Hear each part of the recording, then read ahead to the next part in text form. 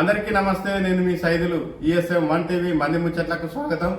ఇవాళ మన మంది ముచ్చట్లు ఏంటి అని అంటే, గత వారం రోజులుగా జరుగుతున్నటువంటి అసెంబ్లీలో ఒకరిద్దరు సమస్యల గురించి మాట్లాడితే ఇక కొంతమంది ఒకరి మీద ఒకరు దుమ్మెత్తి పోసుకోవడం, అరవడం కోసమే అక్కడికి పోయినట్టు అనిపిస్తుంది. ఉదాహరణకు బీజేపీ ఎమ్మెల్యే పైడి రాకేష్ రెడ్డి గారు గల్ఫ్ కార్మికుల కష్టాల గురించి చాలా బాగా వివరించారు. చాలా బాగా అనిపించింది.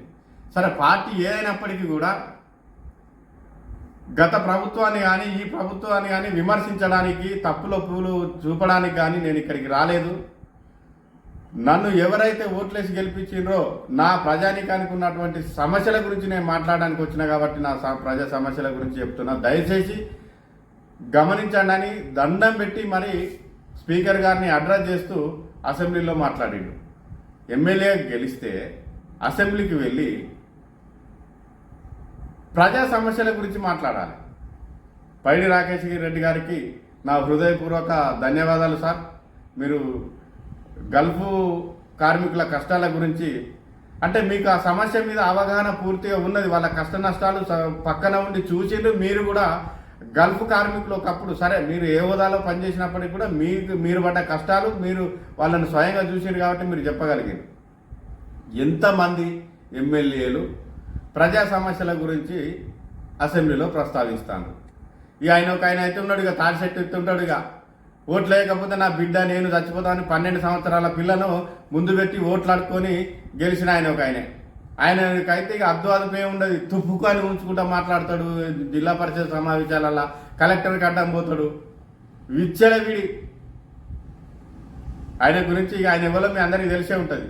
ఇంకొకటి ఇక పాత కరెంటు మంత్రి ప్రస్తుతం ఉన్న కోమటిరెడ్డి వెంకటరెడ్డి ఆయన ఎన్నో కేసులలో ముద్దాయి ఆయన నేర చరిత్ర అని చెప్పేసి ఆయన అంటాడు. ఇక్కడ అర్థమైంది ఏంది? ఈయన దొంగ అంటే ఆయన దొంగ అంటాడు, ఆయన దొంగ అంటే ఈయన దొంగ అంటాడు. బడుగు బలహీన ఎస్సీ ఎస్టీ మైనార్టీ వర్గాలందరూ గమనించాల్సిన విషయం ఏంటంటే, నిన్న అసెంబ్లీలో వీళ్ళిద్దరు తిట్టుకునే విధానం చూస్తే ఈ ఇద్దరు దొంగలను మనం బీసీ వర్గాలు ఓట్లేసి పంపించినట్టే కదా అసెంబ్లీకి. అదేదో వాళ్ళ స్థానంలో బీసీ ఎస్టీ ఓపెన్ సీట్ అయితే మనోళ్ళు పోటీ చేయచ్చు కదా. కానీ మనోళ్ళకి ఆ సోయి ఉండదు. మనోళ్ళు ఏం చేయాలి? ఇటు 10 మంది చేయగొట్టాలి, అటో 10 మంది చేయగొట్టాలి. ఈయన అధికారం ఉంటే ఆయన అటు ఈయన చేస్తే ఆయన తిట్టాలి, ఆయన ఎగితే ఈయన తిట్టాలి. ఇదే కథ. ఓట్లేమో మనయి, సీట్లేమో వాళ్లకు, ఓట్లు మనయి, సీట్లు వాళ్లకు. వాళ్ళేమో వేసేటోళ్ళు మనం బిచ్చమనుకుంటున్నామా? లోన్లు, హాస్టల్ సీట్లు. పైడి రాకేష్ రెడ్డి బంగారు తెలంగాణ, ఇది తుప్పుపట్టిన తెలంగాణ అన్నాడు అసెంబ్లీలో. ఖచ్చితంగా ఇది తుప్పుపట్టిన తెలంగాణనే. బీసీ ఎస్సీ ఎస్టీ మైనార్టీ మేధావుల ప్రజల మెదళ్ళ తుప్పు వదలనన్ని వరకు మన సామాజిక వర్గాలను మొత్తం తుప్పుపట్టిన సామాజిక వర్గాలుగానే చూస్తారు. ఎంత బహిరంగంగా తిట్టుకుంటారండి. ఆయన అంటాడు. ఇక ఆయన ఆ తాడిశెట్టు ఎత్తుండే ఆయన సీతక్కని ఉద్దేశించి మంత్రి గారికి అవగాహన లేదన్నట్టు. ఆమె అనుభవంలో నువ్వు ఎంత అట్లా అని చెప్పేసి నేను కాంగ్రెస్ పార్టీకే మద్దతు కాదు. బీసీ ఎస్సీ ఎస్టీ మైనార్టీ వర్గాలు ఆలోచించాల్సిన అవసరం ఆసన్నమైనది. పోరాటం చేయాల్సిన విషయం ఆసన్నమైంది. రాహుల్ గాంధీ గారు చెప్పింది కదా, రాహుల్ గాంధీజీ కులగణన చేసిన ఖచ్చితంగా చేస్తామని చెప్పి. ఏది కులగణన? 6 నెలలకే మొదలు పెడతామన్నారు. 6 నెలల లోపే చేస్తాన్నారు. 6 నెలలు గడిచిపోయింది కదా. కులగణన లేదు, ఇచ్చిన హామీల అమలు లేదు. ఏదో పెన్షన్లు రికవరీ అట. పెన్షన్లు కాదు రేవంతం సారు, అగ్రవర్ణాలకు ఇచ్చిన రాళ్ళు రప్పలకు ఇచ్చిన రియల్ ఎస్టేట్ భూములకు ఇచ్చినటువంటి రైతు బంధు పైసలను రికవరీ చేయండి. కొన్ని కోట్లు వస్తాయి. ఎక్కడో భద్రాచలంలో ఏమో ముసలాంగు నోటీసులు పంపిరని తెలిసింది. 4,000 పెన్షన్ తీసుకుంటాను. సరే, ఆమె అక్రమంగా తీసుకుంటే అది కూడా తప్పే. బీసీ వర్గమైనా ఏ వర్గమైనా అర్హులు కాని వాళ్ళకు పథకాలు అందరూ తప్పే. కానీ ఆమెకి ఇచ్చే 2,000 3,000 వసూలు చేస్తే ఏపడతాయి? మహా అంటే 50,000 60,000 వస్తాయి కావచ్చు 2 సంవత్సరాలలో తీసుకున్నాయి. కానీ అగ్రవర్ణాలకు సంబంధించినటువంటి వేలాది భూములకు, రాళ్ళు రప్పలు, ఒక్కసారి కూడా పంట అయినటువంటి భూములకు రైతు బంధు ఇచ్చింది కదా దొరా, అవి రికవరీ చేయండి. కోట్లాది రూపాయలు వస్తాయి. ఇవోటి పథకాలు పక్కకు పెట్టి, పాలన పక్కకు పెట్టి, ఓ ఆపరేషన్ ఆకర్ష్ అంటివి గేట్లు తెరిచినట్టువి. ఇక బీఆర్ఎస్ వాళ్ళు సంబరపడ్డట్టున్నారు. ఇక మా పెద్ద సార్ కేసీఆర్ సార్ పార్టీని వాళ్ళని విలీనం చేసుకున్నట్టు మమ్మల్ని విలీనం చేసుకుంటారు కావచ్చు. ఇక మేమే పోవాలని ఒకరికంటే ఒకరు పోటీ పడి ముందుకు వచ్చిండ్రు.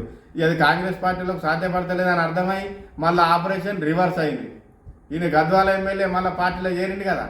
నాకు తెలియక అడుగుతా, KCR sir KTR sir farm హౌస్లో మీటింగ్ పెట్టి బీఆర్ఎస్ పార్టీలోకి వెళ్ళిపోయినటువంటి ఎమ్మెల్యేలు ఎవరైతే ఉన్నారో వాళ్ళు మళ్ళీ కాలు మొక్కినా మా పార్టీలోకి తీసుకోమన్నారు కదా.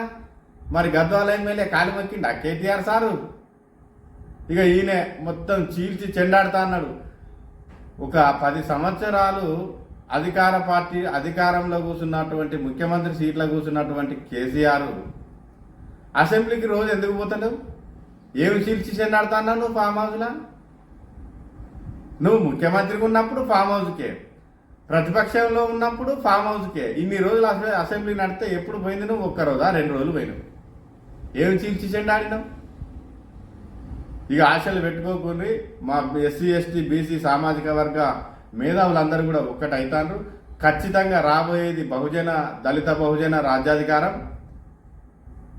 ఈ దళిత బహుజన రాజ్యాధికారం కోసం కొట్లాడాల్సినటువంటి బాధ్యత బీసీ ఎస్సీ ఎస్టీ మైనార్టీ మేధావి వర్గాల మీద ఉన్నది. దయచేసి ఇక ఆలస్యం చేయొద్దు. ఇక ఈ అగ్రవర్ణాలకు అధికారం ఇచ్చి మనం చిప్పచేతుల పట్టుకొని మనం లోన్ల కోసమని చిన్న చిన్న ఉద్యోగాల కోసమని అడుకోవాల్సిన అవసరం లేదు. మేధావులారా దయచేసి అర్థం చేసుకోండి. కానీ అంటే ఈ పోరాటాలు చేసుకుంటూ బీసీ పోరాటం కొంతమంది ఎత్తుకుంటారు, ఎస్సీ పోరాటం కొంతమంది ఎత్తుకుంటారు, ఎస్టీ పోరాటం కొంతమంది ఎత్తుకుంటారు. కొన్ని రోజులు పోరాటం చేసి ఈయన నాయకుని సంకల చూస్తాడు, ఆయన పోయి ఓ నాయకుని సంకల చూస్తాడు. విద్యార్థి మేధావులారా నేను ఒక్కటే ప్రశ్నిస్తున్నా. మెదక్ జిల్లా మెదక్ ఎంపీగా నీలం మాధవ్ అని బీసీ బిడ్డడు పోటీ చేస్తే బీసీ ఓట్లు ఉన్నాయా? అక్కడ దళిత బహుజన సామాజిక బీసీ ఎస్సీ ఎస్టీ మైనార్టీ ఓట్లు ఎక్కువ ఉన్నాయా? రెడ్డి వెలుమల ఓట్లు ఎక్కువ ఉన్నాయా? ఒక బీసీ బిడ్డ మీద 100 కోట్ల రూపాయలు ఎగజల్లితే ఆ ఏకుడి వేళ లెక్క ఏరుకొని మనము ఒక బీసీ బిడ్డని ఓడిపించినాం. ఇది ఎంతవరకు సమంజసం? ఆలోచించుకోవాల్సిన అవసరం ఉంది. దయచేసి బీసీ మేధావులారా, ఎస్సీ ఎస్టీ మైనార్టీ మేధావులారా, ఇకనన్నా రాజ్యాధికారం కోసం కొట్లాటను ఉధృతం చేయండి. తెలంగాణ కేసీఆర్ ఒక్కడు కొట్లాడితే రాలే, అగ్రవర్ణాలు కొట్లాడితే రాలే. సకల జనులు దళిత బహుజన బీసీ ఎస్సీ ఎస్టీ మైనార్టీ వర్గాలు సకల జనులు రోడ్లు ఎక్కితేనే తెలంగాణ రాష్ట్రం సిద్ధించింది తప్ప ఒక్క కేసీఆర్ కొట్లాడితే రాలేదు.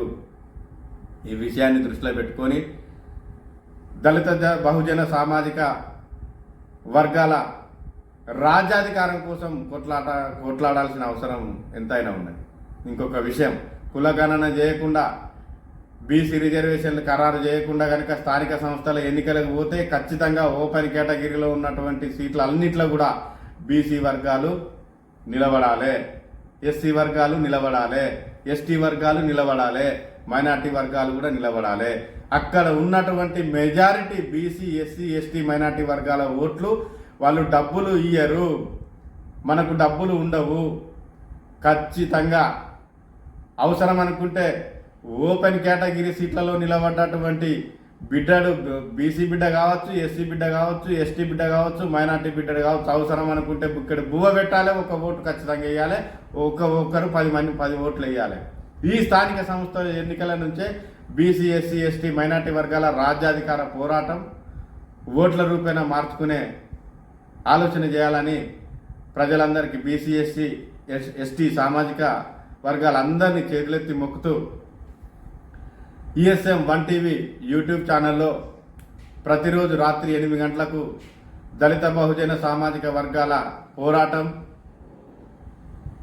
దళిత బహుజన సమస్యల మీద వీడియోలు వస్తూ ఉంటాయి. దయచేసి మీరందరూ కూడా, నేను ఎప్పుడూ అడగలేదు, మీరందరూ నాకు సపోర్ట్ చేస్తారని ఈఎస్ఎం 1 టీవీ యూట్యూబ్ ఛానల్ను సబ్స్క్రైబ్ చేసి ఈ వీడియో పైన మీ అభిప్రాయాన్ని కామెంట్ రూపంలో తెలియజేస్తానని మనస్ఫూర్తిగా కోరుకుంటూ మీ సైదులు అందరికీ నమస్తే. ఉంటా మరి. జై బహుజన, జై భీమ్, జై తెలంగాణ.